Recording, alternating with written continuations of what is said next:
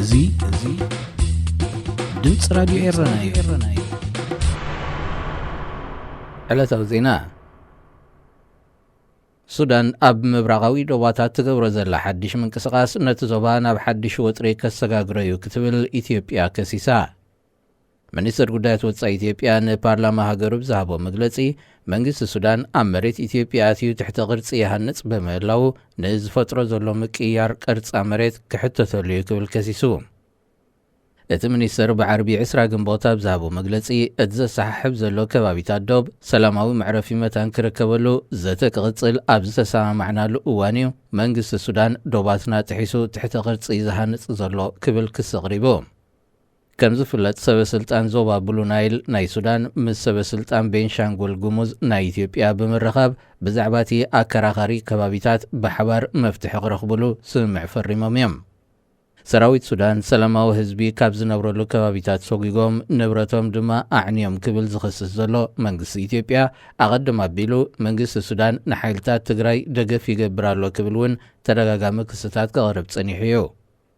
መንግስቲ ሱዳን ንኹሉ እቲ ክስታት ናይ ኣሉታ ምላሽ ይህበሉ ኣህጉራዊ ማዕከን ገንዘብ ንሶማል ዝውሃብ ፋይናንሳዊ ሓገዝ ንሰለስተ ዋርሕ ክቕጽል ተሰማሚዑ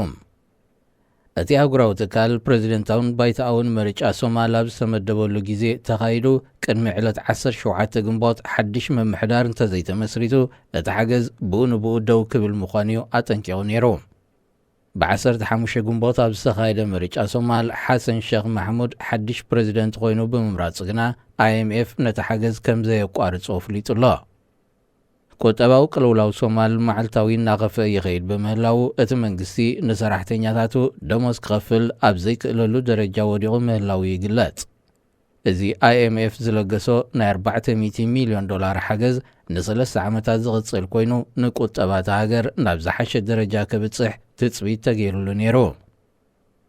እቲ ስምምዕ ብሰለስተ ዋርሕ ክናዋሕ ምውሳኑ ሓድሽ መንግስቲ ሶማል ፖሊሲታት ኣብ ምሕያሽን ሓድሽ ለውጢ ኣብ ምምጻእን ጻዕርታት ንኸካየድ ዕድል ዝኸፍት እዩ ክብሉ እዮም ሰበስልጣን ኣህጉራዊ ማዕከን ገንዘብ ዝገልጹ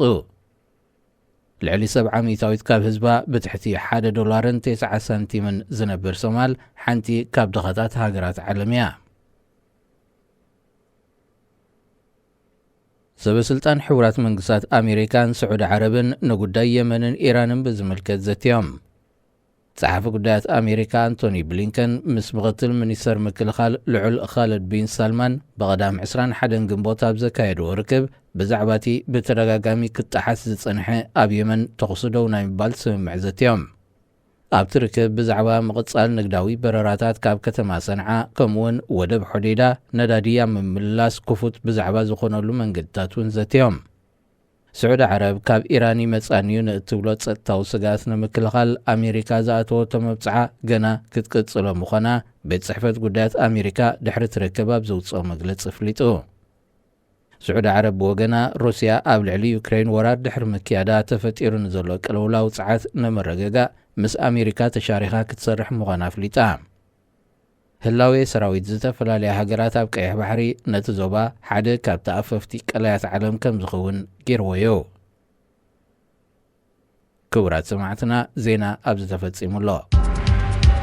ሬድዮ ኤረና ካብ ከተማ ፓሪስ ዝመሓላለፍ ብኤርትራውያን ጋዜጠኛታት ዝዳሎ ነፃ ሬድዮ እዩ